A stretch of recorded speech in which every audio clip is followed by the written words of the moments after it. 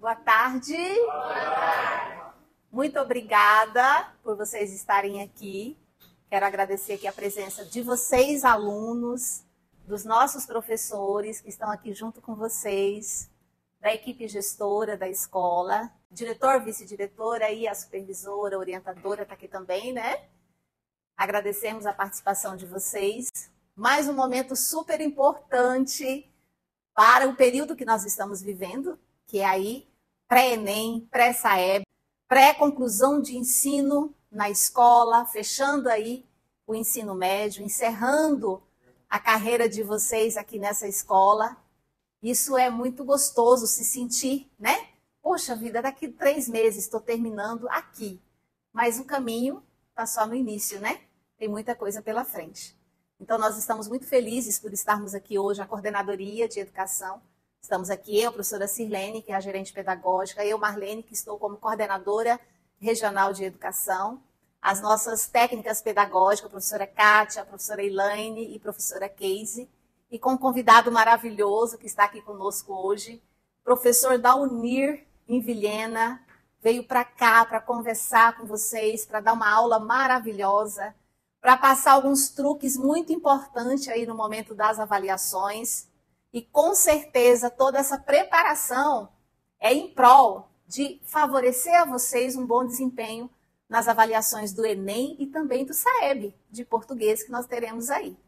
Então essa história, com certeza, ela será construída por vocês, que são alunos, que são concluintes aí do 3º ano do ensino médio, fechando a educação básica na Escola Estadual de Ensino Médio Oswaldo Piana, deixando a história de vocês nessa escola. Isso é muito bacana. É o momento da gente colocar os pés no chão, vocês alunos, e deixar para trás. Sabe aquele momento de fazer gracinha? De cutucar e fazer alguém rir? Não é esse mais o momento. Esse é o momento de pôr os pés no chão e falar, agora sim, agora é conosco. Quem vai colocar vocês no banco de uma faculdade não vai ser o pai de vocês. São vocês. Vocês que vão construir essa trajetória. E nós, enquanto educação, estamos aqui para dar essa base, para dar esse suporte. Nós também não temos o poder de colocar você lá no banco da Unir para fazer direito, administração, fazer medicina. Quem vai trilhar esse caminho são vocês. São vocês, cada um que está aí. Ah, mas será que eu consigo? Consegue. Basta você acreditar. Não é o outro que vai apontar e dizer que você é capaz. Essa capacidade é interna, é sua. É quando você quer, é quando você acredita no seu potencial. E nós, enquanto educação, nós acreditamos que, enquanto instituição, enquanto escola, enquanto rede estadual, nós fizemos bastante para contribuir com vocês. Não somos nós que vamos carregar e vamos colocar vocês lá dentro de um curso superior. Ou, de repente, aí passar num concurso e começar a trabalhar. Nós ajudamos vocês a trilhar esse caminho. O professor facilitou dentro da sala essa construção de aprendizagem. Agora, a mala é de vocês, está debaixo do braço. E vá em frente. Acredita em vocês. E é isso que a gente mais deseja para vocês, alunos. Porque Corumbiara, o ensino médio do município de Corumbiara, está nas mãos de vocês. Corumbiara está inserido num país, o nível de educação básica, de conclusão de educação básica desse município está nas mãos de vocês. E quando a gente fala também de SAEB, é porque esse é o índice do desenvolvimento da educação básica, que será construído por vocês. E se vocês pesquisarem, a qualquer empresa que queira vir para a Corumbiara, o que eles vão procurar é como que é o índice de desenvolvimento da educação desse local. Se a educação aqui é ruim, isso quer dizer que a mão de obra também não é boa. Então é muito grande. Às vezes a gente se apega, mas vai valer pontinho e eu vou tirar uma notinha? Esquece a notinha. É o que vocês vão deixar de herança para a educação. É vocês passarem, estar lá na frente e falar, olha, essa foi a minha escola, que eu cursei meus 3 anos de ensino médio e escrevi minha história. Nós tivemos colegas que, de repente, já voltou aqui como formados em outras áreas. Nós temos colegas que são profissionais da educação formados aqui passaram por essa escola, trilharam os seus caminhos e estão aqui hoje profissionais de excelência. Então é nisso que a gente está aqui, torcendo para vocês. E para dar uma força ainda maior, a gente quer convidar aqui o nosso colega parceiro, o professor Rômulo, enquanto universidade que vai estar aqui à frente, de repente ministrando uma aula para futuros universitários aqui da Unir, se Deus quiser. E vocês terão a oportunidade de explorar, de perguntar, de tirar dúvidas, mas pegar para valer, com vontade mesmo, porque vocês vão ser, com certeza, quem vai estar nos representando aqui, daqui uns dias, na educação, na saúde, na política, nas universidades, com certeza. E é isso que nós, enquanto Coordenadoria Regional de Educação, enquanto Escola Estadual Oswaldo Piana, é o que a gente mais deseja a vocês. Que o futuro de vocês seja brilhante e lembrando que quem vai escrever essa história são vocês. O nosso papel a gente está encerrando com vocês até dia 15, mais ou menos, aí de dezembro. Daí para frente, o caminho é de vocês. Professor, fique à vontade, seja bem-vindo. Pronto. Ó, perdeu esse começo, foi de agradecimento. Então, vamos voltar. Não, mas agradecendo, tá? Ficar consignado aqui que o agradecimento. Bem, antes de falar a respeito da prova do Enem, eu queria falar um pouquinho sobre a Uni. Tá? A gente tem uma nossa Universidade Federal aqui, ela é, né, pública, como diz um colega meu, de grátis, né? Grátis, né? Ela não tem mensalidade. E assim, algumas coisinhas só para falar para vocês rapidinho. A gente tem muitas vagas. Acontece que a gente tem vagas, às vezes, que sobram, né? Então, eu sempre falo, o pessoal aqui de CLG que já escutou outras vezes eu falando, a gente já interagiu sobre isso, de que às vezes está sobrando vaga, né, universitária, para cursos, inclusive que a mensalidade são um pouco mais caras, né? Mas, e por que sobra vaga? Por dois motivos, para vocês entenderem, né? Eu gosto de olhar assim, porque às vezes eu estou olhando para vocês, eu não sei quem é, de repente, sempre em grupos, sempre tem aqueles que eu olho agora, de repente eu me deparo ou na universidade, ou em outros, futuramente a gente nunca pode prever qual de vocês é que vai estar, espero que todos vocês, que irão fazer um curso superior, e é sempre legal a gente olhar e falar assim, bem, né, o futuro, né, que cada um de vocês terá. Bem, na Uni, caso vocês optem pela Uni, explicando por que sobra vagas, né? Sobra vagas por quê? Primeiro porque a Unir ela acaba tendo um edital próprio. Nós não vamos no SISU. Quando vocês terminam aqui, vocês podem usar a nota do Enem lá no SISU para escolher duas faculdades públicas do Brasil. E a Unir não está lá. É por isso que acontece isso. Você pode escolher o que vocês quiserem. Federal do Pará, Federal do Acre, 70 federais que a gente tem. Fala, tem 70, mas só tem 20 e poucos estados, mas é porque cada estado tem mais. A Bahia, por exemplo, tem 4 universidades federais. São Paulo só tem uma, né, a Unifesp, mas é porque tem uma estadual lá. Então, primeiro passo, sobra vaga porque muitas vezes a gente não consegue divulgar o suficiente o nosso edital que é próprio. E é isso que eu queria até me comprometer que a gente possa divulgar melhor esse edital para vocês, tá? Ele é um edital próprio. E segundo, porque a gente tem um sistema de cotas, tá? Mas quando a pessoa pensa em sistema de cotas, ela acha que o sistema de cotas só é por questão étnica. Não, a gente tem um sistema de cotas variadíssimo. A gente tem, por exemplo, sistema de cotas para quem estudou só em escola pública, vai ter vaga só para quem estudou em escola pública. Olha que legal. Por exemplo, eu só estudei em escola pública, eu vou entrar numa cota. Tem Cs, né? C1 a C12. Mas eu tenho uma renda familiar até tantos salários mínimos, eu posso entrar nessa cota. Então a cota não é só por questão étnico, identificação, né, étnica. Não. Você também pode entrar em diversas situações. Se você estudou escola pública, você vai entrar numa cota. Isso ajuda, porque você vai ter turmas lá na Uni diversificadas de diferentes, né? A Uni é a Universidade Federal feita para que todos possam ter o seu curso superior de modo gratuito, né? Porque não pague essa mensalidade. E aí, para fechar falando da Uni, nós temos muitas vagas, por exemplo, a gente tem vaga, por incrível que pareça, que sobram até em cursos que tem alta demanda, né? A alta demanda tem vagas que sobram porque quando você vai preencher, a pessoa não sabe. Então, vamos dar um exemplo. Posso dar um exemplo para vocês? Então, lá. Vamos dar um exemplo o direito, que é um curso que é bem concorrido. A gente tem outros cursos, odontologia, medicina, mas em Porto Velho. Vamos pegar a Vilhena. Teve direito, que é um curso bem concorrido, e a mensalidade dele é um pouco mais cara, lá, R$1.000 e poucos hoje na particular. O que acontece? O aluno, ele vai, quando ele não está... E isso é culpa nossa, não é culpa de vocês, é culpa da Uni. A Uni não é muito organizada para divulgar. A gente é meio que... A nossa propaganda, né, não tem problema nenhum de falar, tá meio, é fraca. Então, o que acontece? Você vai fazer sua inscrição. Quando você vai fazer sua inscrição, você normalmente vai no geral. Né? Você se coloca lá nas vagas gerais. Então você tem mais ou menos 19 vagas geral, público, vaga, ampla concorrência.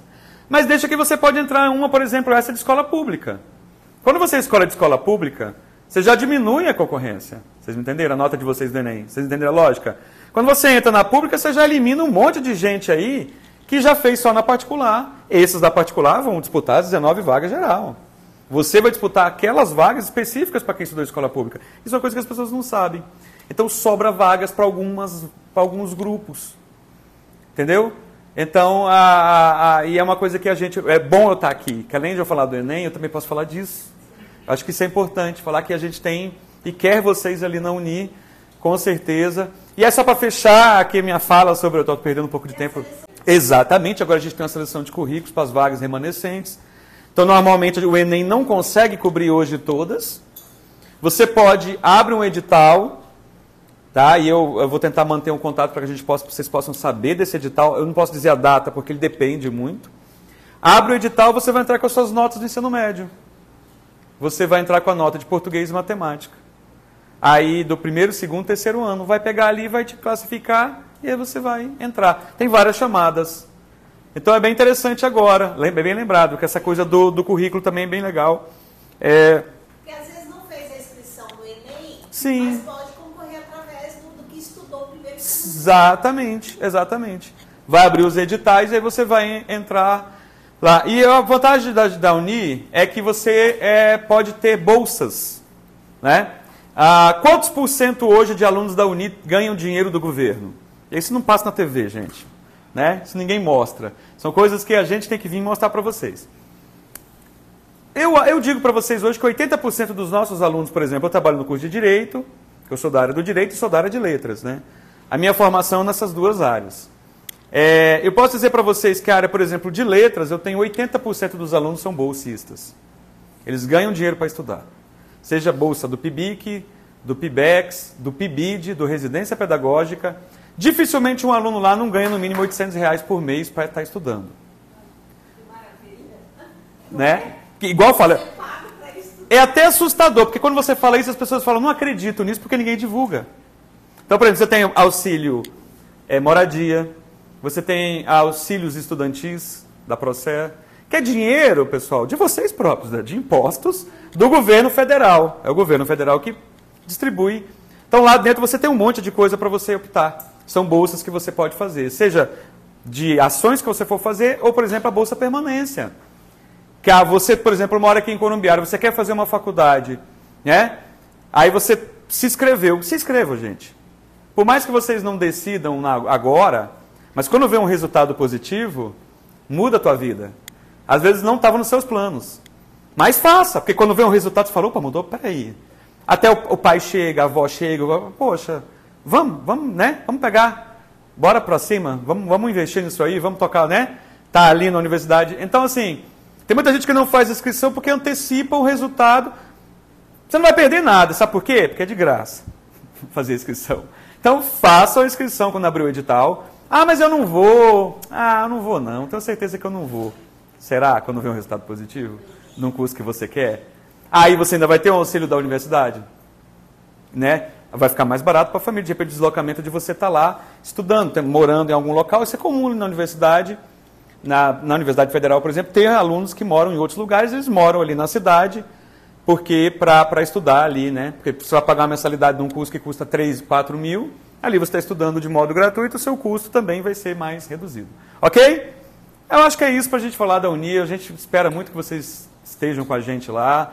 Quero ver aí vocês, não seja aqui no nosso campus, que seja no campus de Porto Velho, seja no campus de Paraná. A Unir tem 57 cursos. Todos os cursos que vocês pensaram, a Unir tem, tá?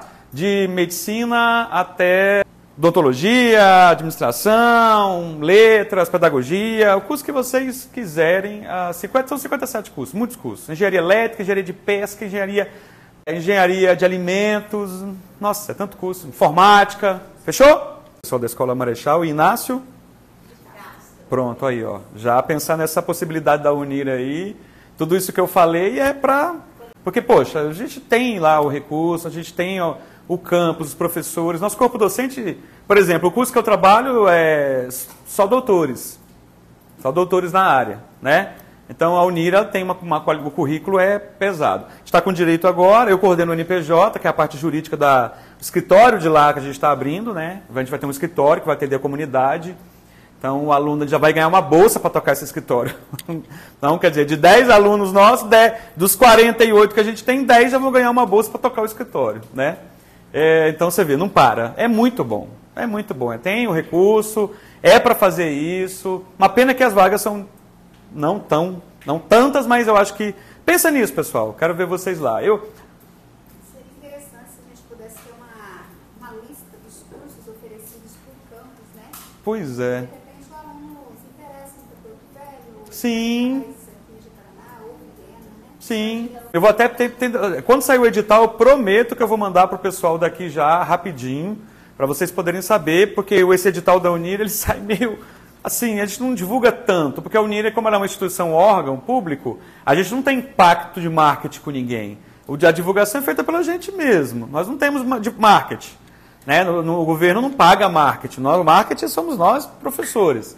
Então, quando sair, a gente que... Então, eu vou fazer esse compromisso já de passar para vocês, para divulgar. Aí tem a lista dos cursos. Por que acontece? Você vai escrever no edital da Unir. Se você passar, por exemplo, no curso que você goste, mas é em Médici. Médici tem... A gente tem vários tipos de engenharia. Eu quero fazer engenharia de pesca. Em Médici tem engenharia de pesca. Gente, você tem uma ideia, em Médici nós temos uma fazenda lá, não sei se é fazenda, mas uma área muito grande, 67 alqueires, só com tanque de peixe. Bancada pelo governo federal. É enorme. Só de maquinário que tem lá, e sabe o que eu te diga? Tá para fechar porque não tem aluno. Infelizmente. O jornalismo. Então, assim, eu venho divulgar e aproveito, né, falo do Enem, e divulgo isso, acho que é legal isso, porque é urgente que a gente divulgue, tá? Tem coisa sobrando e às vezes a gente não tá, né? Tá sobrando e a gente não consegue. Exatamente, você tem uma estrutura gigantesca, você tem lá 12 doutores na área de engenharia de pesca, que não tem, né? São 12 caras ali altamente qualificados, um equipamento gigantesco, uma área gigante, quase 70 alqueires de área pública. Tem campo de trabalho, sim. Hoje a pesca para Rondônia está se destacando ali sim. De outros países. Sim, né? Sim, exatamente. Então, assim, tem campo de trabalho, é muito bem-vindo. Sim, vou contribuir um pouco com vocês com o Enem. Eu sou da área de língua portuguesa, né? Como eu já disse aqui, meu nome é Rômulo. O meu doutorado é na área da semiótica, mas eu trabalho com língua portuguesa, a parte das questões. Muita gente trabalha da parte da redação, adora trabalhar a parte da redação, eu também trabalho. Vou fazer alguma atividade com vocês na redação. Mas eu trabalho uma coisa que são as dicas ali, macetes para vocês irem respondendo a prova do Enem de língua portuguesa, tá?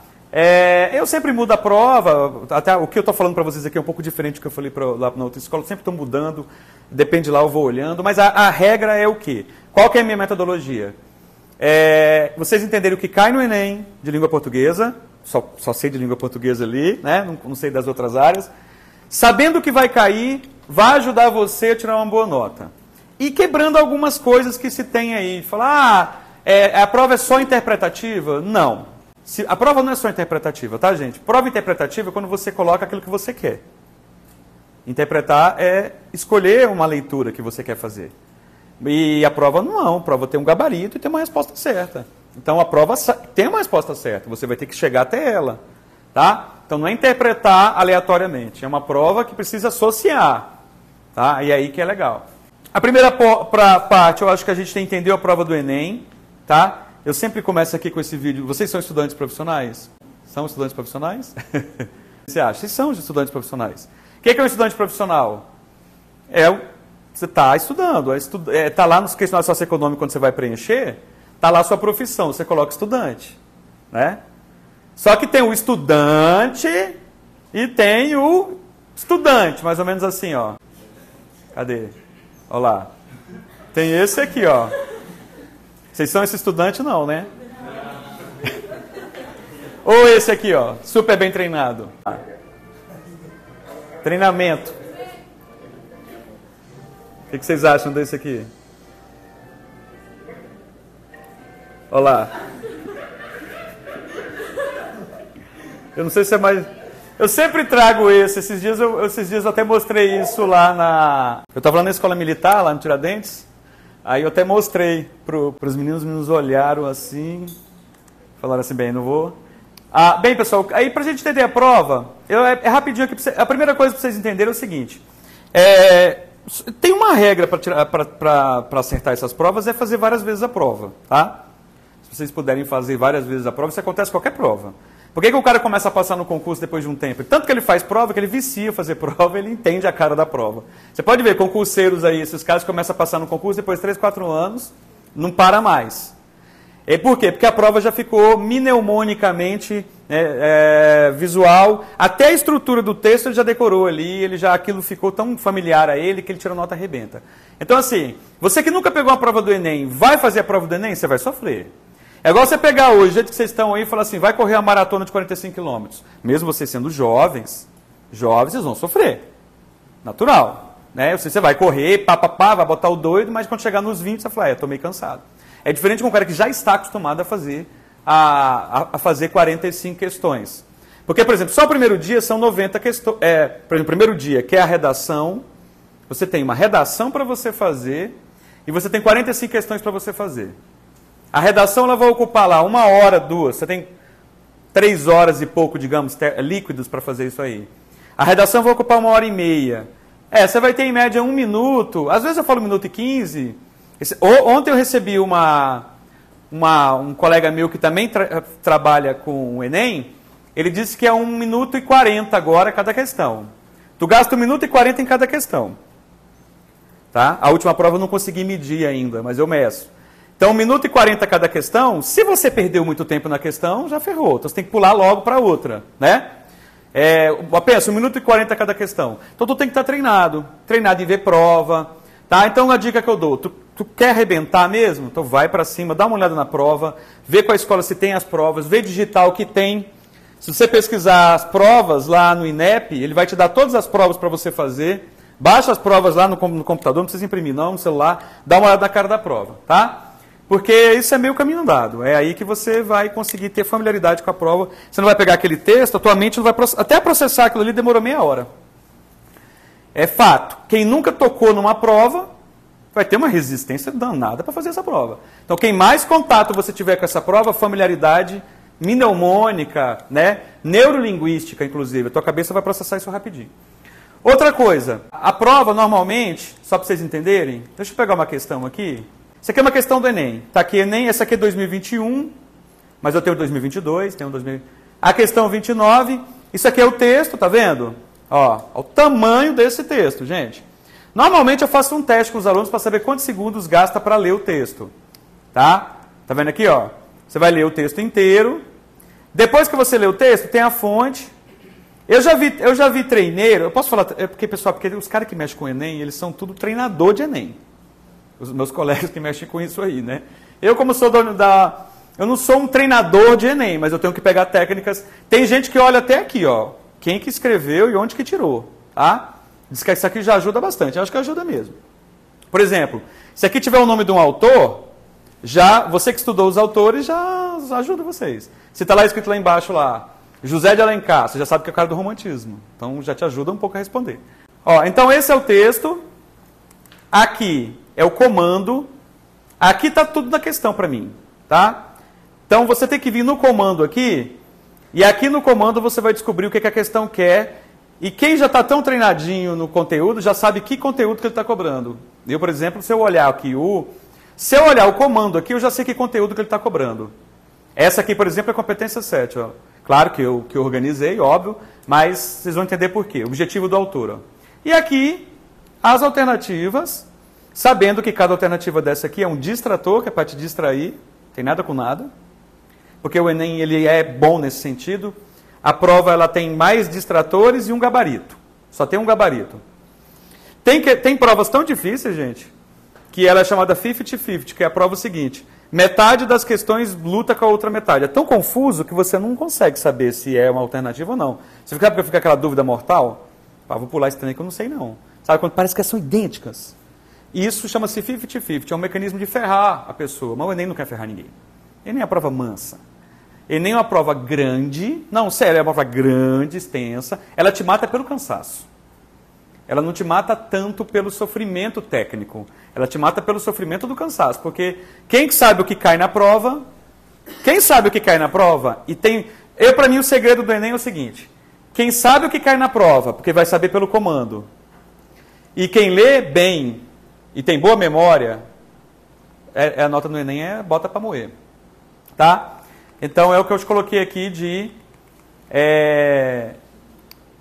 texto suporte que eu mostrei para vocês, distratores, que é só para confundir a tua cabeça, o comando, que é o importante, e o gabarito. Então tá, mas o que cai na prova do Enem, professor? Fala para mim logo aí que eu já vou para casa, eu fico tranquilo. O que cai na prova do Enem? É a mesma coisa que a gente estuda na escola? Não igual. Esse é o problema do Enem. Tá? De língua portuguesa, eu não posso me responsabilizar lá pela área de biologia, de física e tal. Língua portuguesa para falar com toda certeza, porque eu estudo essa prova todo ano. Todo ano eu pego a prova, faço todas as questões, classifico tudo, separo tudo, vejo as competências que está caindo e eu só me dedico a isso. O que cobre na prova do Enem? Vamos lá. Cobra crase na prova do Enem? Crase? Não. Cobra sujeito oculto? Não. Cobra oração coordenada? Não. O que cai na grosso da prova do Enem? O que é a base da prova do Enem? Vamos lá. De 40 questões de língua portuguesa, qual que é a maioria, professor, para a gente matar logo aqui? 15 a 17 a 20 questões, depende da prova. De 15 a 17 a 20 questões. Cai isso aqui, ó. Competência da área 7. É assim que eles colocam lá na matriz de referência. E aí vocês, os alunos, têm que se enroscar para poder entender o que está escrito aqui, né? Traduzir isso aqui para o alunês. Porque aqui está na linguagem do professorês, né? Aqui é o professorês, agora tem que traduzir para o alunês, né? Vamos lá, o que cai? Isso aqui cai bastante, tá? Quem estudar isso aqui já vai ter um comportamento melhor na prova. Um comportamento melhor. Primeira, é a parte de entender o que o texto está falando. Eu não vou falar interpretação de texto, porque eu estudo interpretação, eu vou estar me contradizendo. É tipo assim, você leu o texto? Li, entendeu? Entendi, então responde. É isso. Entendeu o texto? Eu acho que eu entendi. Tá? Quando tu lê um manual você compra um celular, vocês leem o manual do celular? Quem é que lê? Não? Dificilmente a gente lê manual de coisas, né? Manual de coisas a gente quase não lê, porque é chato pra dedéu. A pessoa, você comprar um celular e lê o manual. Mas no manual está escrito tudo ali o que você precisa entender para ter o seu objeto, ter a garantia, né? Saber se ele é 220, 110 no mínimo, né? Essas coisas básicas aí que vão...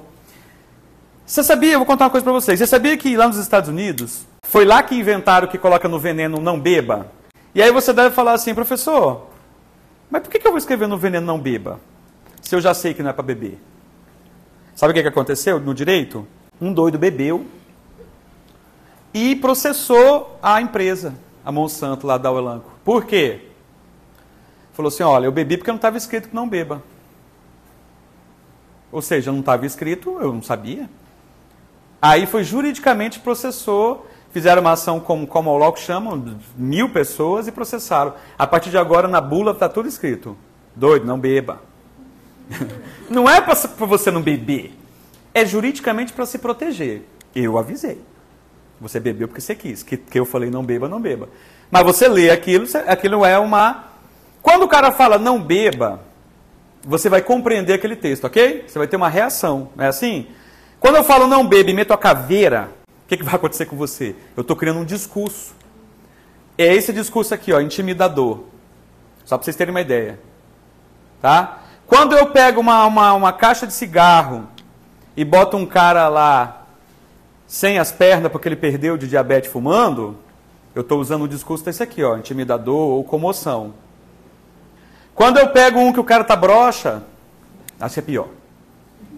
Né? Aí, o que acontece? Também, discurso o quê?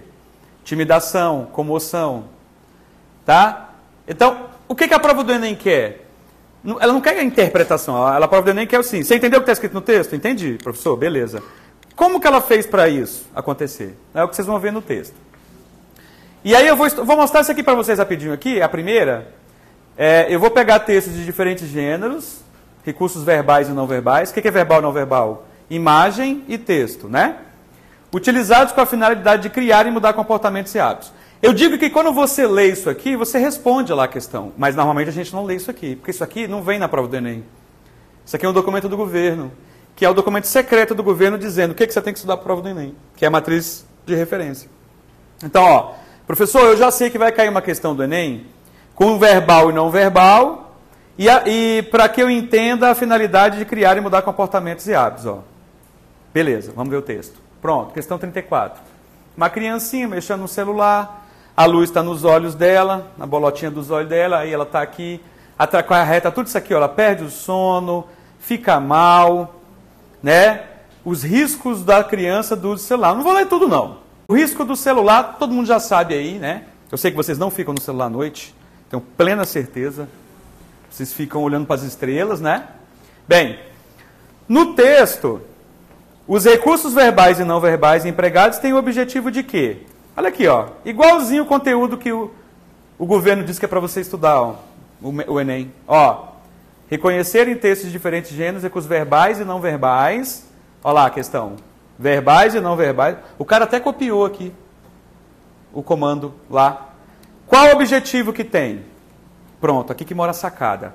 Qual que é o objetivo que o Enem quer que você entenda que a questão faça? Finalidade de criar e mudar comportamentos e hábitos. Sacaram aqui? É isso que a questão vai querer. Criar e mudar comportamentos e hábitos. Vamos lá. Qual tem a letra certa? No texto, esse aqui, os recursos verbais e não verbais empregados têm por objetivo a. Divulgar informações científicas, influenciar o leitor a mudar atitudes e hábitos, relacionar o uso da tecnologia de efeitos decorrentes, indicar medidas eficazes para desestimular a utilização de telefones, sugerir aos pais e responsáveis a substituição de dispositivos móveis. Qual desses aqui tem mais conexão com mudar comportamentos e hábitos? Qual vocês acham que representa aqui? Qual destas, A, B, C, D e E, está próxima do conteúdo que a gente tem que estudar? C. Peraí, já estou ficando com a mão aberta, congelada aí. Vou começar por aqui e vou chegando aí. B. É a B. Por quê? Olha lá, olha a B. O que você acha? Por que você achou que é B? Tem lá no fundo da tua mente, tem a... Por que você achou? Deixa eu ver se alguém vai saber explicar. Então fala, qual que é? Hã? Isso, exatamente. Exatamente. Porque ela muda atitudes e hábitos, ó. E é exatamente o que eles querem aqui, ó. Mudar comportamentos e hábitos, ó. Você vê que o corretor, o cara que fez a questão, usou até a mesma palavra. Deixa eu explicar uma coisa para vocês, pessoal. Porque eu falei rápido, às vezes não ficou claro. Ó, esse documento aqui, tá vendo aqui? É o que está escrito o que vocês têm que estudar para o Enem. Ele não vai aparecer na prova. Vocês têm guardadinho, chamado matriz de referência. Aqui que está escrito os conteúdos da prova. Como eu brinquei com vocês, não está em conteúdo, não está numa linguagem muito mastigada, está na linguagem de professor. Não está conteúdo esse. Você percebeu? Mas se você parar para pensar, o que acontece? Sabe quem faz as questões do Enem? Não é o computador, professores. Espero que sejam professores ainda, né? Não espero que seja o chat GPT. Cada professor para fazer uma questão do Enem ganha R$120, quando ela é aprovada. O que ele ganha para fazer a questão do Enem? A estrutura da questão e o conteúdo. Ela fala assim, Rômulo, eu estou precisando da questão com a competência 7 da habilidade 21. Aí o professor vai ler isso aqui e vai construir uma questão baseada nisso aqui, ó. Olha que legal. Por isso que o professor que fez essa questão, ele foi tão esperto que ele colocou os nomezinhos parecidos para ele receber os 120 barão, ó. Ó, olha lá a questão que ele fez, ó. Mudar atitudes e hábitos. Recursos verbais e não verbais. Igualzinho que deram para ele, ó. Recursos verbais e não verbais, mudar comportamentos e hábitos, ele mudou um pouquinho aqui. Ou seja, é a matriz de referência que é o fundamento para o cara fazer a questão. Explicando isso, acho que fica mais fácil para vocês entenderem. O professor vai receber isso aqui lá do Sul, lá do Maranhão, vai receber essa matriz. O cara vai dizer, professor, faz uma questão para mim da habilidade 21, aí o cara vai fazer essa questão todinha. Ó. Vai vender para o Enem por R$120. Vale a pena, né, fazer essas questões? Podia fazer, né? Mas eu não posso. Por exemplo, eu poderia ganhar esse barão aí, né? Mas não posso. Porque eu sou avaliador da prova do Enem. Aí, então, eu não posso fazer a prova do Enem. Né? Eu corrijo as redações. Então, aí eu não posso fazer as questões do Enem. Olha outra aqui, ó. Vamos ver se vocês entenderam essa aqui, ó. Esse pet é descartável. Entenderam essa aqui? Ó, esse não, abandono em crime. Dica para vocês. Continua sendo dessa aqui, ó. Mais uma questão dessa habilidade 21. Recursos verbais e não verbais. Mudar comportamentos e hábitos. Aqui tem elementos verbais e não verbais? Tem, né? O que é verbal? Isto. O que é não verbal? A imagem, exatamente. Qual que é o plural de cachorro? Vocês foram melhor que eu. Eu ia falar cachorros. Porque, olha só, repolho. Qual é o plural de repolho? Repolhos ou repolhos? Não, repolhos. Qual é o plural de olho? Olhos ou olhos? Olhos. Né? Por que cachorro não pode ser cachorros, não é? O nome disso é plurais metafônicos, né, na língua portuguesa. Então vamos pegar os cachorros aqui, ó. Tá vendo aqui, ó? Foi tirado aqui e tal. Bora responder a pergunta. A associação entre o texto verbal e as imagens da garrafa do cão configura o recurso expressivo que busca o quê? Tu já sabe o que ele busca? Mudar comportamentos e hábitos. É a tua sacada. É a tua chance. É a parada onde você vai encarar. O que mais for próximo daqui. Tá? Olhou para a questão. Está dizendo aqui. Associação parará da garrafa do cão configura o recurso expressivo que busca o quê? Vamos lá. Estimular denúncias de maus tratos. Desvincular o conceito de descarte. Incentivar campanhas de adoção. Sensibilizar o público em relação ao abandono. Alertar a população. Qual desses vocês acham que afeta mais a mudança de comportamentos e hábitos, valendo um bombom, levantando a mão? Então deixa eu começar daqui. Por quê? Ela estimula a pessoa a não abandonar o animal. E sim descartá-lo. E por quê? Qual a palavrinha que te afetou a responder isso aí? Qual a palavra que te afetou aí a pensar nisso? Na D. Estimular, sensibilizar. Exatamente, é sensibilizar. Essa palavra conecta com mudar comportamentos e hábitos. Eu sensibilizo, eu mudo seu comportamento e seu hábito. Exatamente isso. Tá vendo como é que é o caminho para a gente responder? Mas essas aqui são as difíceis. Vamos pegar aqui agora. Questão do Enem, última, tá? Essa aqui é a última 2022. Vou pegar questões mais atualizadas, né? Mulher ao volante, tá arriscadinho, perigo constante aqui. Tem estrada para andar. E os homens choram, os homens não choram. Né? A articulação entre os elementos verbais e os não verbais do texto tem como propósito desencadear a identificação de distinções, revisão de representações, adoção de medidas preventivas, ratificação de comportamentos, retomada de opiniões a respeito da diversidade. E aí? Essa aqui pegou mais agora, né? Mudou a regra. Você viu que nada dá para explicar tão certo, né? Qual vocês acham que quer mudar comportamentos e hábitos? A D? A D tem um segredinho aqui em ratificar. Porque ratificar significa afirmar, manter, né? Não é a D. A letra B? Hã? Qual? Letra B? É a letra B. Por que a letra B? Falar que mulher no volante perigo constante é uma Isso. Exatamente. Então aqui, ó, tudo bem. Mais difícil um pouco essa questão, né? Essa questão é um pouquinho mais difícil.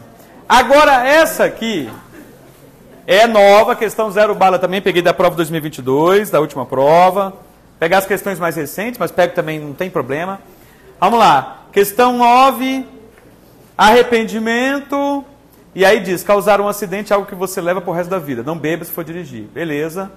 Aí ele vai dizer, para convencer o público-alvo sobre a necessidade de um trânsito mais seguro, essa peça publicitária apela para o quê? Vamos lá, vamos voltar a descobrir que conteúdo que ela está tentando reproduzir, que conteúdo é esse? A habilidade 24. Reconhecer no texto estratégias argumentativas para o convencimento. Usa até a palavra, ó. Convencimento aqui, ó. Ó. Convencer, ó. Então ela já vai pegar outra habilidade, ó. Que habilidade é essa? Quando eu parto para intimidação, que você fala, menino, se você não vir, vou te pegar na peia. Intimidação. Se você fala sedução, olha, se você vir, você vai ganhar a sobremesa. Comoção, tá vendo? Você viu o que aconteceu com o vizinho? Com o menino do vizinho? Que ele não fez a tarefa? Comoção. Chantagem, né? O que é chantagem? Ó, se você não fizer isso, vou contar uma coisa para você. Vou contar o que você fez, né? Então, esses são os tipos de discurso. Esse aqui também está usando um tipo de discurso para convencer o público. Ó. Ele quer saber que tipo de... O que ele apela? O que ele está apelando? Vamos lá. Sentimento de culpa provocado no condutor, dano psicológico causado nas vítimas, importância do monitoramento no trânsito, necessidade de punição a motoristas alcoolizados, sofrimento decorrente da perda de entes queridos. Levanta a mão rapidinho. Letra A, porque sentimento de culpa está relacionado à habilidade de sentir explicado de comoção. Exatamente. Tá vendo, ó? Mas você tá vendo que uma dica ajuda a responder? Né? De certo modo, não há dicas perfeitas, pessoal. Não estou aqui para explicar para pessoas. Se a gente tivesse a dica perfeita, vocês iam tirar 10. Mas a gente tem mecanismos para ajudar. Mas o que a gente pode fazer. Agora tem uma outra aqui também que é importante. Esse aqui, ó. Inferir em um texto quais são os objetivos do seu produtor. Tá? Vocês estão percebendo que interpretação de texto é meio... não é resumir demais a prova do Enem, né? Falar que tudo é interpretação de texto não é bem o que a gente pensa da prova do Enem. A prova do Enem, ela quer coisas diferentes de você. Ela quer saber quando que usa os elementos verbais e não verbais. Ela quer saber quais os objetivos do cara que está escrevendo o texto, do produtor, né? Ela quer entender recursos discursivos, tá? Eu vou trabalhar com vocês agora a 23, ó. Inferir em um texto quais são os objetivos do seu produtor e quem é seu público. Pela análise dos procedimentos argumentativos utilizados. Deixa eu pegar uma aqui, ó. Ler o texto rapidinho. Quem é aqui que consegue ler o texto rápido? Pá, bola. Já pega o texto e lê com bastante... Eu digo que você tem que ler o texto, virar a página e saber o que está escrito do outro lado. Lembrar o que está escrito do outro lado. Esse é o segredo do bom fazedor de prova. Entendeu? Tipo assim, eu vou ler o texto, vou virar a página e o texto está comigo ainda. Em milésimos de segundo. Então vamos ler, vamos lá. O texto está aqui. Uma dica de quem realmente faz bastante treinamento com questão do Enem é: olha o comando para você saber mais ou menos o que ele quer da questão, para você ler um pouco mais esperto, não ficar lendo aleatório. Tá? O que o comando quer? Isso é uma dica pessoal. Se fosse eu, Rômulo, fazendo a prova do Enem, eu nunca fiz, vai ver que eu seja uma catástrofe na prova do Enem. Pode ser que eu seja implodido na prova do Enem. Eu estou aqui ensinando e de repente nem consigo tirar uma nota. Se quiser eu não tiro, porque ninguém tira 0 no Enem, vocês sabem disso, né? A nota mínima é um percentual na global. Então não tem nota, tá bom. E aí, vamos ver o comando?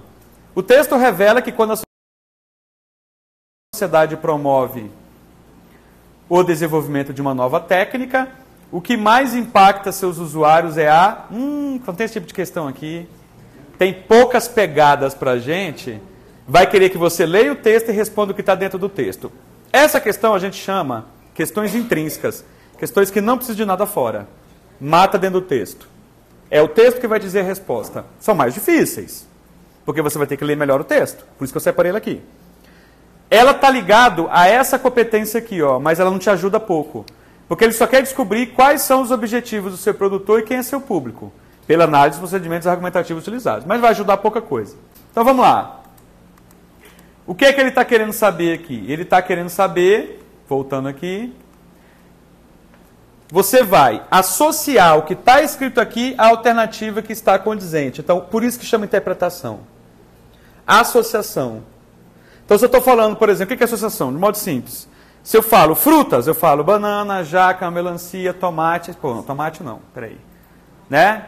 Entendendo? O que é associação? Semântica. Grupos, palavras que se relacionam. Então, eu falo escola, eu falo livros, eu falo cadeiras, carteiras, cerveja. Não. Né? Você não associa. Está desassociado. Tá? Então, a semântica é a ciência de você associar e desassociar. Tá? Então, a gente tem que ler um texto, associar com as respostas lá ou não associar. Então, vamos lá. Eu vou fazer um resumão aqui para vocês. Ó. Ele está dizendo aqui que sempre que surge uma técnica diferente, técnica de qualquer coisa, é difícil essa questão, por isso que eu separei. Ela quer demonstrar que revogará as regras e coerções que presidiram o nascimento de todas as outras invenções do passado. Ela se pretende orgulhosa e única. Técnica de qualquer coisa. Técnica agrícola, técnica de estudo, técnica de fazer computador, qualquer que seja. Como se uma nova técnica carreasse com ela automaticamente, para seus novos usuários, uma propensão natural a fazer economia de qualquer aprendizagem. Como se ela se preparasse para varrer tudo que precedeu, ao mesmo tempo transformando em analfabetos todos os que ousassem repeli-la. A ideia que eu tive é que se aparecesse uma nova técnica, todas as outras você podia jogar fora. A ideia que eu tive. Fui testemunha dessa mudança ao longo de toda a minha vida. Ao passo que, na realidade, é o contrário que acontece. Cada nova técnica exige uma longa iniciação numa nova linguagem, ainda mais longa na medida em que nosso espírito é formatado pela utilização das linguagens que precederam o nascimento da recém-chegada. Eu estou fazendo questão de ler esse texto aqui, todo. Normalmente eu não leio. Eu dou o resumo para vocês, vocês matam. Mas é porque eu queria mostrar o quanto que é uma questão, para mim, difícil. Da prova do Enem última. Tá? Barra. Agora, ponto. Que vocês leram, vocês vão guardar para responder a questão. E aí? Será que a gente conseguiu fixar muita coisa? Não muita, né? A ideia que eu tive, resumidamente... Opa, peraí. Deixa eu ver. Quando a sociedade... Esse aqui é uma nova tabela, que mais impacta os usuários é dificuldade de passar nova linguagem, valorização, recorrência, suplantação, rapidez... Exatamente. Ou seja, para que a gente aprenda nova técnica, a gente tem que dominar uma nova linguagem, né? Parabéns! Como que ela respondeu? Ela associou aquilo que eu falei para vocês. Nova linguagem. Ela pegou aqui, a memória dela guardou, ela virou e ela relembrou lá atrás, então ela fez associação. Isso dá, o nome disso é interpretação de texto. Recurso, técnica, não é exatamente o que é, mas interpretação, associação, associar. Nós trabalhamos com associações livres ou associações condicionadas semanticamente e tudo mais. Ótimo, beleza. Vamos pegar agora uma outra. Boa, ó. Vamos lá. Olha o tamanho. Isso aqui você começa a ler hoje e só acaba amanhã. A prova do Enem já acabou, você está lá dormindo na prova do Enem, já foi todo mundo embora, você está sozinho ali lendo esse texto. Isso aqui gasta mais de 40 segundos. Vamos fazer um teste? Vamos fazer um teste? Eu vou contar até 3, vocês vão ler. Quem terminar vai levantar a mão dizendo que terminou, tá? 1, 2, assim, só ler. Voz baixa. Não, voz baixa, silenciosamente. Vocês vão lendo quietinhos. Quando vocês terminarem, vocês levantam a mão, eu quero saber quantos segundos que vai levar. Vamos lá? 1, 2, 3, já. Leiam. Quem terminando, levanta a mão.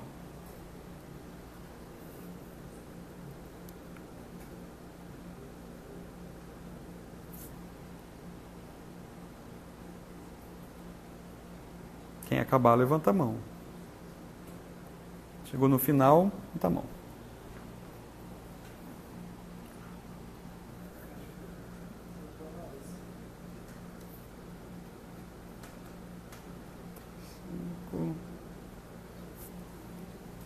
Quem for terminando, vai levantando a mão.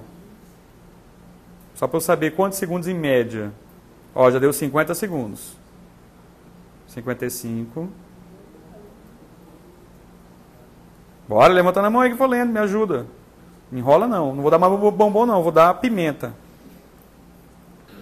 60, 1 minuto e 5. Tá bom. 1 minuto e 5, gente, em média, vocês gastaram para ler. Isso quer dizer, em média, isso quer dizer que vocês têm 40 segundos para responder. E leram bem? Vocês acham que está lido bem? Lido top? Leram bem? Vamos responder? Se está lido bem, que estratégia... Olha que doideira essa questão. O que é um discurso alarmante? Aquele que normalmente os pais e as mães têm com a gente, né? Que eu, como pai, eu tenho um discurso alarmante com os meus filhos, né? B. Tô bem, tá certo. Ganhou. Por que a letra B? Ó, gente, depois eu vou explicar também. Depois eu explico. Porque ele usa a hipótese de algo que poderia ter acontecido para assustar a pessoa que está vendo. Pronto, certinho. Olha aqui, por quê? Ele foi colecionando bombons e colecionando hipóteses aqui, ó. Exatamente, ó. Segundo os cálculos matemáticos, quer ver? Deixa eu achar exatamente. Se ele tivesse sido capturado, né? Se caísse no continente, tá vendo esse se? Se ele tivesse sido capturado é uma... Peraí que tem mais. Quem mais? Se caísse no continente. Então, se desabasse no oceano. Então, esse se, essa concatenação de hipóteses, é que dá a ideia de criar um discurso alarmante. Agora, aqui acende um alerta para a gente no Enem. O Enem não quer saber. O Enem, ele pergunta o seguinte. Se você falar errado, quer dizer, não existe... Para o Enem, primeiro, aí eu vou por uma dica importante agora. Aqui é o Manuel de Barros, é um poeta. Tá vendo aqui? Deixa eu pegar aqui. Essa questão aqui que é importante dica, eu vou dar uma dica de ouro para vocês. Há uma competência chamada 6 que cai muito na prova do Enem, a segunda que cai. Ela vai dizer o seguinte, não existe fala ou escrita errada. Se você vê no Enem escrito assim, a fala é errada, a escrita é errada, e você se apecar ali, a prova vai explodir na tua mão, porque não existe. O Enem, ele não acata escrita errada. O Enem, ele acata diversidade linguística, variações linguísticas. Cada um fala do jeito que...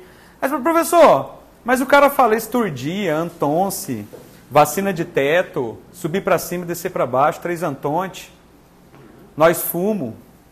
Você já viu falar 3 antonte? É 3 vezes onte. O trem é bruto, 3 vezes onte. Nós fumo, né? O Enem, ele vai dizer o seguinte, isso é erro. Ele vai dizer, não, é variação linguística. Mas como que ele vai cobrar no Enem? Ele vai dizer, que efeito de sentido dá nas pessoas? Que efeito de sentido você dá num político que fala assim? Vamos lá, questão de Enem que eu estou inventando aqui agora. Um político famoso fala esturdia no discurso dele. Qual a intenção do político? Simpatizar com seu público. Exatamente.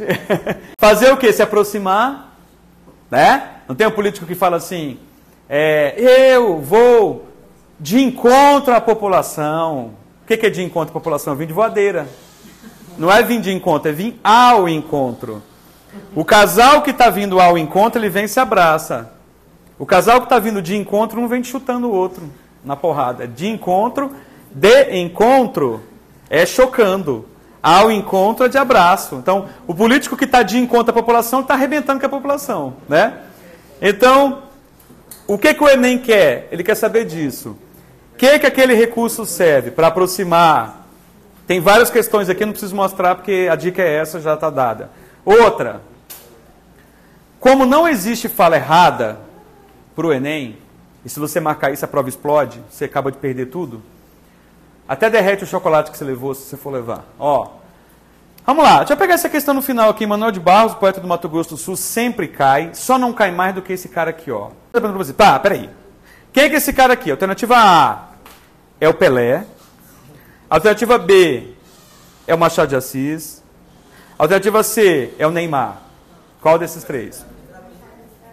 Machado de Assis, tá? Por que eu coloquei a foto do Machado de Assis? Porque a prova 2021 caíram 3 questões do Machado. E a prova 2022 caíram 2 questões do Machado. Então, em suma, está machadeando a prova do Enem. Está muito machada a prova do Enem. E assim, você vai ter que ler todos os artistas, escritores, para ir bem na prova do Enem? Não precisa. Mas você tem que fazer uma linha do tempo, daqui a pouco eu vou comentar com vocês. Mas agora, olha o que o Manuel de Barros disse aqui, ó. Aqui, ó. Poema está lá atrás, mas me interessa essa parte aqui, diz assim, da velha draga. O que é velha draga? Abrigo de vagabundos e de bêbados. Restaram as expressões: estar na draga, viver na draga por estar sem dinheiro, viver na miséria. Então, quando ele fala draga, ele está dizendo que é estar na draga, viver na draga por estar sem dinheiro, viver na miséria. Que ora ofereça o filólogo Aurélio Buarque de Holanda, o autor do dicionário, né, Aurélio, para que as registre dos seus léxicos, pois o povo já as registrou. Ou seja, todos nós já falamos mais ou menos baseado desse jeito aqui. Tá? Eu entendo draga de outro jeito. Lá em casa, quando falava come igual a draga, é que o cara comia muito. É um ditado popular, né? Draga é no sentido que eu já ouvi falar muito, que no sentido de comer bastante. Fechou? Viram aqui? Baseado no que eu disse que o Enem acredita que tem fala errada? Tem escrita errada? Não. Tem? Tem variações linguísticas? Bora. Ao criticar o preciosismo linguístico do literato, e ao sugerir a dicionarização de expressões locais, o poeta expressa uma concepção de língua que concepção de língua o poeta está falando, mas é que é próprio do Enem também? A. Contrapõe característica de escrita de fala, ironiza a comunicação fora da norma padrão, substitui regionalismo por registros formais, valoriza o uso de variedades populares, defende novas regras gramaticais. Hã? Não, A não. Qual? C. Quem? C. Espera aí, quem falou D? Aqui, ó. Então é D. Por que é a letra D? Por que é a letra D? Porque é a variedade da forma de falar popular. Ele não diz que é a forma gramatical, mas valoriza porque é disso e o povo já está registrado. Isso, e a prova do Enem valoriza isso. Né? Exatamente. Agora deixa um pouquinho para a arte. Pessoal, vocês têm muitas áreas na literatura também que vocês estudam, cai muito na prova do Enem, tá? Cai muito questões de literatura, de arte no Enem. Sempre está caindo, tá? Quem que é essa aqui? Essa aqui é a Moema, é um personagem da literatura, tá? Ela está aqui pegando um sol na praia, beleza? E aí, a gente vai entrar agora, nós vamos entrar agora nessa competência aqui, que agora a gente já estão íntimos de ler essas competências, que é a parte de literatura. Cai bastante, professor? Cai. Em média, de 5 a 10 questões de literatura na prova. Professor, tá, eu luto por uma questão, eu luto para ganhar uma questão ali e tal. Isso vai valer a pena para mim? Vai, vou explicar por quê. A prova do Enem, o núcleo, a base, é muito parecido entre vocês. Todos vocês vão acertar as mesmas questões. Vão ter ali 500, 450, é normal, ok? O que vai diferenciar vocês de 500 para 600 pontos é 2 questões. Então a gente briga por 2 questões. Nós estamos brigando, por não por metros, é por centímetros, milímetros. Então, a diferença de uma nota 600 para uma nota 700 são 2 questões. Você fala, então eu vou ficar brigando. Agora você entendeu por que a gente tem que brigar por cada questão, cada questãozinha. Literatura, qual que é o segredo? Mole. Como cai muitas questões de literatura, você tem que garantir pelo menos 5 questões de literatura. Normalmente quem acerta 5 questões de literatura, pã! Bomba! Vai para cima. Tá? Então, o que eu estou pensando? Que vocês têm que se dedicar ali, no mínimo, 4 ou 5 questões de literatura. Qual o segredo? Primeiro, vocês têm que descobrir como que o artista produziu a obra dele nos períodos históricos. Vocês estudou isso aqui na escola. Romantismo, Revolução, Proclamação da República, Realismo, a independência do Brasil, é romantismo.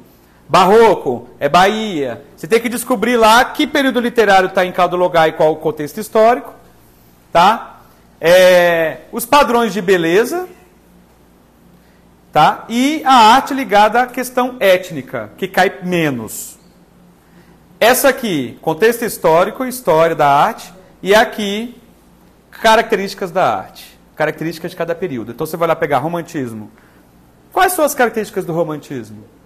Indianismo, idealização, a mulher, dramatização, né? Independência. Então, essas características são características do romantismo. Bora ver aqui. Vendo a Moema aqui, um belo quadro. Nessa obra, que retrata uma cena de Caramuru, célebre poema épico brasileiro, a filiação à estética romântica manifesta-se na exaltação do retrato fiel da beleza, tematização da fragilidade humana diante da morte, ressignificação de obras do cânone literário nacional, representação dramática idealizada do corpo da Índia, oposição entre a condição humana e a natureza primitiva.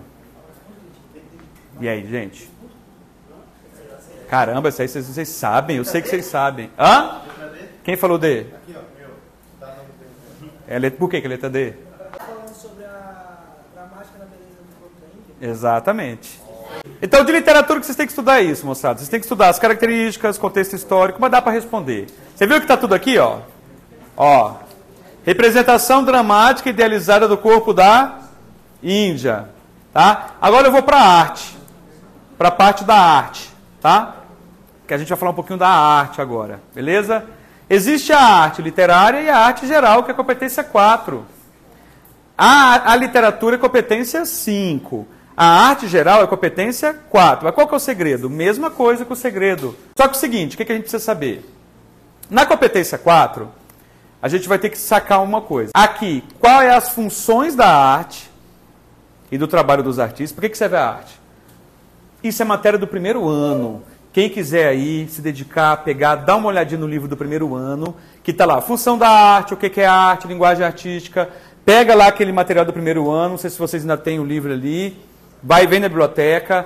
Primeiro ano, é rapidinho. O que é arte, funções da arte? Dica que eu dou para vocês. A arte para o Enem não é inspiração. O cara não está possuído pelo espírito lá e vai produzir arte. A arte é trabalho, é sofrimento, é talento. Trabalho.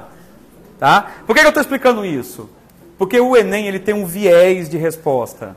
É isso que eu estou sacando para vocês, o que eu quero mostrar para vocês. Então, por exemplo, a arte que está lá, a alternativa que diz que o cara está incorporado, que o cara está a musa inspiradora, não. O Enem não usa isso, não existe musa inspiradora. O Enem é trabalho, é técnica, o peão está ali ó, ralando para fazer a arte. Tá? Diferentes funções da arte caem, diferentes produções artísticas. Então vocês têm que entender um pouquinho os períodos da arte, o Renascimento, dá uma olhadinha lá, faz um resuminho. O que é Renascimento, o que é arte moderna, o que é impressionismo, aquelas vanguardas europeias. Tem que dar uma passadinha lá, gente. Isso é o que vai separar você de você qualificado. Você não qualificado vai para o Enem sem fazer uma revisão dos períodos literários. Que você vai ganhar uma questão, já vai pular para 600. Você qualificado vai fazer uma história da arte. O que é Renascimento? Pega o livro que tem lá no resumo. O que é Renascimento? Ah, professor, vale a pena esse esforço? Vale. Porque vocês sabem que você subiu para 700 no Enem, você compra o que você quiser dentro das universidades ali. Tirando medicina, que está sempre na casa dos 900, 930, 940, 950, 800, sempre 900, que ainda é um curso muito exigido, demanda muito alta, dentro mesmo na Uni. A gente tem o nosso curso lá de medicina na Uni, e eu acompanho de perto que a gente tem um conselho, eu participo bastante. A gente tem, por exemplo, agora com a validação de diploma esses dias. As outras notas, quase os outros cursos todos, em qualquer universidade federal, você compra bem. Comprar no sentido assim, você paga com a nota do Enem. Você sabe que a nota do Enem, vocês pegam aquela nota, é quanto vocês têm de cascalho para entrar nos cursos. 800, vocês estão fera. 800 eu vou falar para vocês. Não, 900 vocês são milionários no mundo da nota do Enem. 900 vocês estão... Aí vocês podem entrar em vários cursos do Brasil inteiro, inclusive até de medicina. 800 vocês estão comprando tudo também. Está muito bom. 700, 70% dos cursos. Então, qual a diferença de 600 para 700? Então, um esforço ali em literatura, nas 7 questões ali, uma a mais.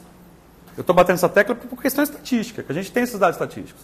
Porque nós ali, nós recebemos as notas do Enem, a gente sabe como é que elas são colocadas no SISU e como fica lá para o nosso sistema, que é o sistema é um sistema do governo federal. Vem a nota, coloca ali, tem uma fórmula mágica, a gente sabe mais ou menos como é que está. Então, qual a diferença? A diferença para o cara 600 e para o cara 700 é 2, 3 questões. Então, vale a pena ralar. Vale a pena porque você vai ter uma surpresa. Uma nota boa no Enem, muitas portas vão se abrir para vocês. Ah, não vai, professor. Claro que vai. Você faz inscrição para um curso que é o teu sonho e você entra, tu vai ficar parado? Se você não precisar pagar mensalidade, por exemplo, no caso da Uni, você não vai ficar parado, você vai se mover seus pauzinhos. Vai tentar resolver alguma coisa. Tentar fazer, né? Vamos se dedicar à arte, que tem sempre 4 questões bem... Ali é uma estratégia para a gente fazer e é fácil, não é tão difícil. Vamos lá. A questão que eu sempre gosto de trazer é essa aqui, ó. A crise dos refugiados no fundo do mar. Isso aqui é a balsa de Lampedusa. Essa escultura está no fundo do mar. Então, para você ver essa escultura, você tem que mergulhar. Pô, é duro, né? Não precisa pagar a entrada, mas tem que saber mergulhar no fundo. Pô, aí complicou, né? A balsa de Lampedusa. Por que a balsa de Lampedusa? Porque é uma escultura em homenagem àqueles que, infelizmente, vão lá sair de certos países e migrar para a Europa e a balsa afunda. Afunda e eles morrem. Agora, esses dias mesmo, morreram 10 pessoas. E aí, vamos lá. Ele vai explicar aqui, ó, olha o texto. A balsa de Lampedusa, nome da obra do artista britânico, é uma das instalações criadas por ele para compor o acervo do primeiro museu submarino. Lampedusa é o nome da ilha italiana, onde a grande maioria sai da África, de países como Síria e Líbano, Iraque, né? Tudo países tranquilos para morar, né? Sem violência. Ainda mais o Iraque é um país ótimo, né? As esculturas do museu. Um país também está bom de morar, o Sudão. Vocês viram o que aconteceu com o Sudão? Guerra civil total, sem governo, o governo fugiu. A própria polícia fugiu. Falou, não, vou embora que eu não dou conta. Milícias, tem 40 milícias dominando. É o anarcocapitalismo, é o anarco-estado, não tem nada lá. Você pensa o perigo que é. E na balsa estão 10 pessoas, todas têm no rosto a expressão do abandono, entre elas algumas crianças, uma delas uma menina, ó. Provavelmente essa menina aqui debruçada sobre a borda, olhando aqui, né? A imagem é tão forte que dispensa qualquer palavra. Exatamente o papel da arte. Opa, papel da arte, ó. Deu uma pista para a gente. Você só tem 2 caminhos quando você trabalha com arte. Ou entender que estilo da arte, carimbar o estilo dela, ou entender a função da arte. Mata 2 questões. Certeza. Depois vocês me cobrem, mas eu não vou dizer onde eu moro. Né? Mas é pra bola, tá? Ou é como a arte, que estilo da arte, ou é a função da arte. Qual o papel da arte, gente? Vamos lá. Qual destas aqui representa o papel da arte? Letra B. Letra B. B? Não. Letra E? Quem falou E? É. Vai colecionar os bombons. Por que a letra E? Porque a arte, no momento que foi feito a escultura, foi um jeito de perpetuar os episódios marcantes. Das pessoas terem morrido ali, ter sido abandonadas, principalmente a menina sem esperança, que ela não fez mais. Exatamente, tá vendo? Você viu aqui, ó? Você canta aqui exatamente o papel da arte, trouxe lá de trás do texto a arte como perpetuadora de episódios marcantes da humanidade. Gente, tá. Agora cai também questões de estilos da arte. Tá? Pelas minhas contas, toda a prova do Enem caiu de 2 a 3 questões de estilo da arte. Né? Essa aqui da beleza, a interpretação, ó. Vocês já fizeram essa, né? Esse estilo, essa é 2021, aquela de trás. Esse estilo da arte aqui, só para vocês entenderem, basicamente, a arte você vai ter ali 10 padrões artísticos, desde lá do Renascimento, cultura greco-helênica, românica, aí vai ter lá barroco. Vocês têm que estudar isso aí. É aquela questão, você é obrigado? Não, mas é o que vai te diferenciar de você normal e você qualificado. Você normal, Você qualificado vai ganhar 2 questões e sua nota vai ser maior. Gente, o Enem é uma vez por ano. Não tem outra repescagem naquele ano. Se você não for bem naquele ano, só no outro ano. É poucas ocasiões, né? Primeiro que é uma prova que você tem que fazer a inscrição antes para depois fazer. Olha o trabalho que dá. Eu acho isso péssimo. Já até falei que é uma das minhas críticas ao Enem. Por que eu não faço inscrição justamente na época da prova? Quantas pessoas não conseguem fazer? Porque você vê, a gente tem que fazer a inscrição bem antes, para depois fazer a prova. Vocês que estão na escola, toda a equipe faz força para vocês fazerem a inscrição. Mas quando vocês saírem daqui, não vai ter a equipe toda correndo atrás para vocês fazerem a inscrição. Então a chance de vocês fazerem a inscrição do Enem é baixíssima. Tanto que a gente não consegue receber muita gente que saiu do mundo escolar, não vai fazer. Como é que, né? Ele não vai ter esse planejamento. Ah, eu já não estou estudando. Estou afastado da escola uns 2 anos. Ele vai ter ali iniciativa para fazer a inscrição do Enem e fazer a prova do Enem? Difícil. Infelizmente é difícil. É agora que vocês estão no momento, certo, tá? Então, pessoal, eu trouxe essas obras de arte porque eu gosto de trabalhar. Esse aqui é um estilo renascentista, basicamente porque explora o homem na arte clássica. Agora, o renascentismo tem um truque. Só falar que cada momento tem um truque. O truque do renascentismo é o seguinte: trabalha em pedra. Quanto melhor trabalhar em pedra, melhor. Tá vendo aqui, ó? Isso aqui é pedra, né? Tá? Ó a pegada daqui, ó. Tá vendo aqui? Né? E aí, parece que é móvel, mas não. É mármore, tá? Mesma coisa daqui. E detalhe, né? Tem muitos detalhes e tal. Aqui, ó. Tá com a cara assim meio, né? E aqui, o êxtase de Santa Teresa, que também tá com a cara sensual, né? E o êxtase de Santa Teresa também. Isso aqui é pedra, ó. Tudo é pedra. Isso aqui é Renascimento, tá? O Renascimento é muito interessante, porque o Renascimento é uma arte decorativa. É uma arte do grupo que ganhou dinheiro ali depois da Idade Média, a formação das cidades. Por isso que a cidade de Florença tem muito isso. A Itália do Renascimento tem muito isso. Principalmente Florença, Milão, que são cidades ali que se desenvolveram depois, ganharam dinheiro depois da Idade Média. E, se vocês quiserem entender um pouco disso, vocês estudam a família Médici. A família Médici, só para vocês entenderem, é a família que cuidou do Michelangelo, do Leonardo da Vinci. Eles eram serviços gerais dessa família. Eles moravam no fundinho de quintal da casa deles, no puxadinho, para trabalhar para eles, para fazer as obras de arte, para enfeitar a casa deles. O Michelangelo e o Leonardo da Vinci, por exemplo. Tá? O Michelangelo não tinha emprego, ele morava no fundo, ali não era o fundo, era um castelo dos Médici, em Florença. E o Michelangelo morava ali numa casinha, e tudo o Michelangelo tinha que fazer. Estou precisando da fachada para casa, o Michelangelo tinha que fazer. Pinta esse teto para mim, o Michelangelo fazia. Os serviços gerais. Faz uma estátua para mim, faz uma estátua grandona para colocar na praça. Vai lá, Michelangelo, fazer o Davi de Michelangelo. Essas coisas básicas aí que ele tinha que fazer, só para vocês entenderem. Tá? Olha que trabalho legal, gente. Isso aqui também é mármore. Parece um véu, né? E o conhecimento de Michelangelo é tão grande, só para vocês entenderem, arte renascentista, então, mas qualquer arte, vocês vão ter que se pegar bastante. Que aqui, ó, tá o músculo, né? Tá vendo aqui, ó? Aquele músculo que força ali para colocar, tá? Vou fazer mais 2 questões, porque eu sei que já estou começando a ficar cansado, é normal, né? É cansativo e tal. É que é técnico, a gente tem que olhar para texto, tem que fazer, né? Eu gosto das dicas reais mesmo, sem pirofagia. Olha só, eu vou fazer 2 questões importantíssimas para vocês. Uma de coerência e coesão. Vocês estudam coerência e coesão na escola? Não. Coerência e coesão, sim, né? Coerência e coesão. Texto tem coerência, o texto tem coesão. Não é isso? Tá? Que é esse aqui, ó. Só para explicar para vocês. Lá na matriz, eles chamam de progressão temática. A coerência e a coesão. Aí, por isso que fica diferente o nome. Tá? Deixa eu pegar aqui como é que eles chamam lá. Chamam lá assim, ó. Isso aqui é outra competência. Lá na matriz. Fala assim.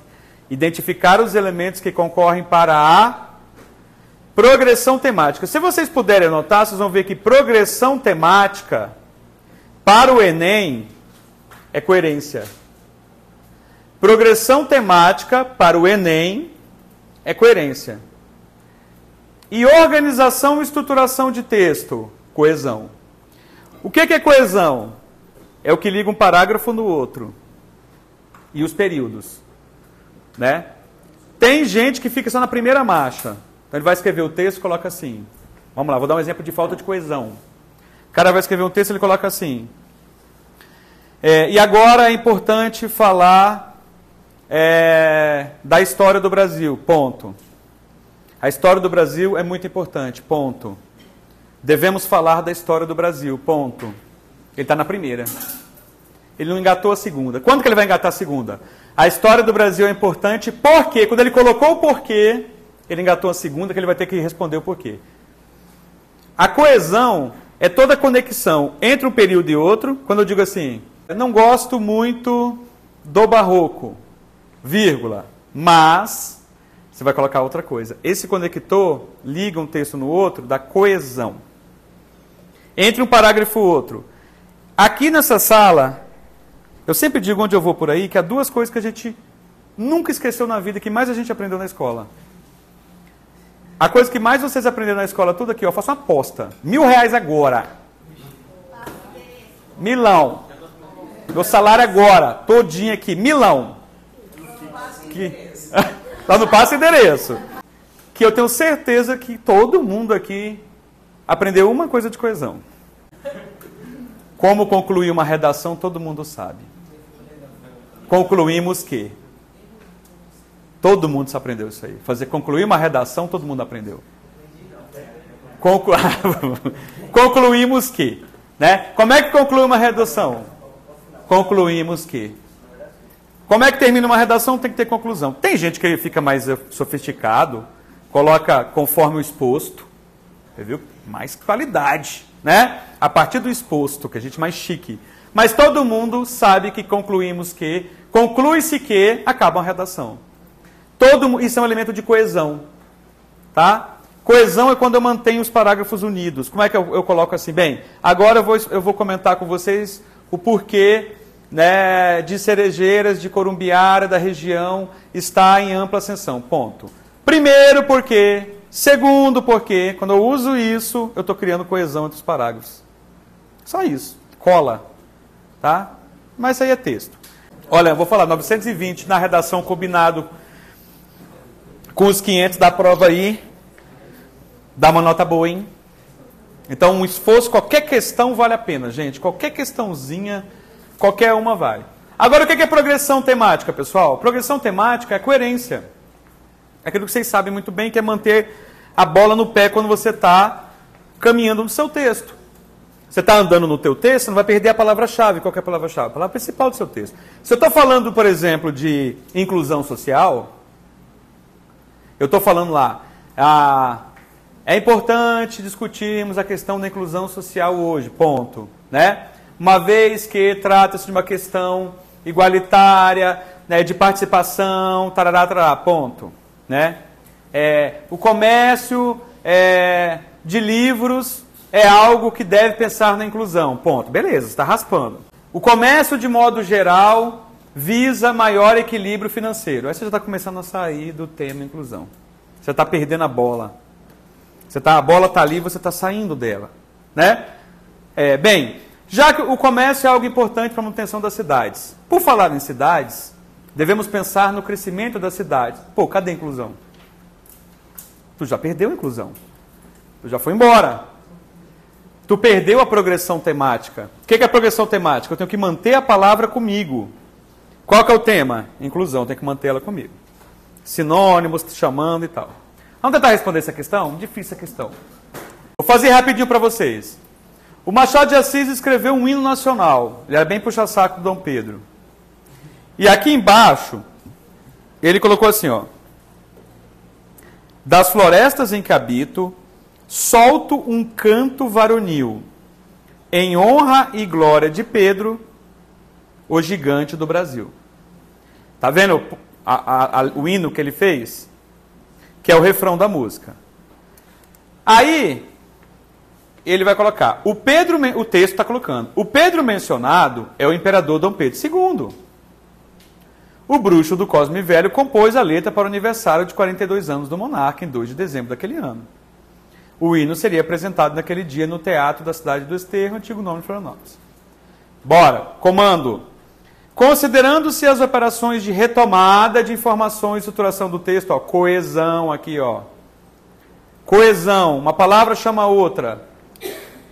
Há interdependência entre as expressões. Quais destas aqui há interdependência? A B, a C, a D ou a E? Quem falou D? Não, mas você já ganhou todas. Tá, mas toma de consolação. Ah, mas agora já acertou, né? Gente, agora explica pra mim por quê. Gigante do Brasil, e Pedro mencionado está querendo dizer que ele seria o gigante do Brasil, a coerência entre um e outro. Exatamente. Perfeito. Gente, o que é importante é o seguinte. Quando o professor estiver trabalhando coerência e coesão na sala, ele está explicando para o Enem isso aqui. Tá? Só que aí você, de modo para fazer essa comunicação, traz para o Enem, quando você olhar escrito lá, retomada de informações e estruturação do texto, é coesão. Não esqueça.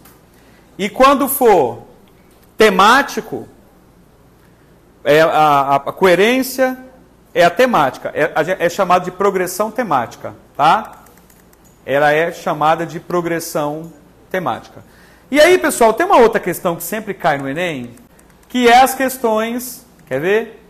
De função da linguagem. A vantagem da função da linguagem é que tem uma coisa, nunca vai perguntar o que é função da linguagem. Quais são as funções da linguagem? Conativa, fática, bem, eu não vou poder explicar para vocês, vocês vão retomar o que vocês estudaram para o segundo ano. Ainda é matéria de primeiro ano, funções da linguagem, vão pegar lá, vão trazer para vocês responderem. Mas eles nunca vão perguntar o que é a função da linguagem. Ele vai dizer... Olha o tamanho desse texto, gente. Olha o tamanho desse texto aqui, ó. Tá? Eu não vou ler, mas o que eu quero que vocês entendam? O que ele vai cobrar de você? O que ele vai cobrar de você? Ele vai dar a função da linguagem e dizer o que essa função da linguagem está fazendo no texto. Tá? Então ela vai dizer, é a mensagem, porque eleva a categoria do objeto estético, é o código. Ele vai colocar a função da linguagem, você não precisa adivinhar qual é. Só que ela quer saber que efeito que vai trazer. Então, se tem uma coisa que a prova do Enem cobra sempre uma ou duas, é funções da linguagem e quer saber qual é o efeito dessa função da linguagem. Tá? Eu acho que é isso. Tem as músicas. Calma. Gente, acho que o TRI... Eu vou comentar o TRI rapidinho, um minutinho. Só para vocês entenderem. Pessoal, o TRI é um sistema que o algoritmo que o Enem tem agora, tá? Que faz tempo que ele tem. Desde 2009 comprou, o governo comprou em 2009, modificou, aí melhorou. Faz tempo que ele tem. Que é o quê? Teoria de resposta ao item. Regra. Se a Amanda... rapidinho aqui, a Amanda acertou 1, 2, 3, 4, 5 questões, Amanda, ó. A Amanda está aqui, ó. 480. Só que o Pedro, tem algum Pedro aqui? Tem a Amanda? Pedro. O Pedro acertou também 5. Mas tirou menos que a Amanda. Por quê?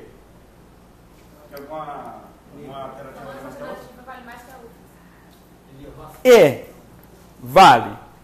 Mas olha só, quem falou errou as fáceis? O que aconteceu? Olha a lógica, gente. Pensem comigo. Ele respondeu por quê? Para você pensar. Se você sabe responder as difíceis, por que você não respondeu as fáceis? Hã? Talvez por isso, ou talvez porque ele chutou. Né? Olha só. O cara erra as facinhas aqui, e as top de linha difíceis ele acerta. Ou seja, o sistema detectou que acha que ele fez alguma coisa irregular. Então o que ele vai fazer? A Amanda não. A Amanda veio crescente, ó, acertando as fáceis, média e fáceis. Então o sistema falou, olha, ela é mais coerente. Então pela coerência ele dá nota. Vocês acham isso justo?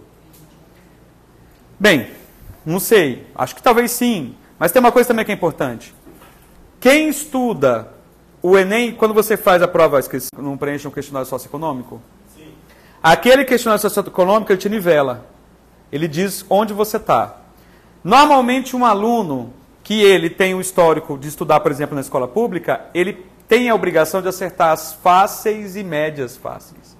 Agora, o aluno colocou lá que ele estuda uma escola de R$3.000 a mensalidade, ele tem a obrigação de acertar as difíceis. Entendeu? O nome disso é isonomia.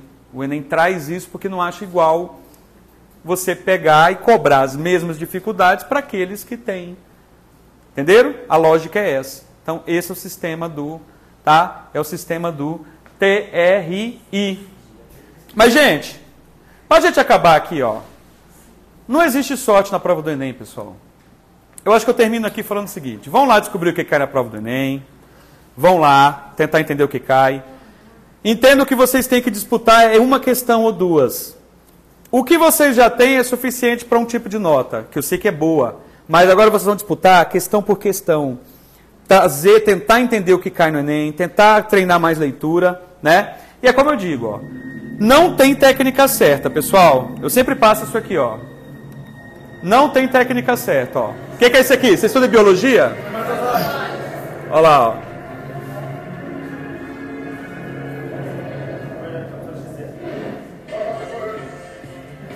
Não, ó, tudo tem a técnica certa para você conseguir fazer, ó.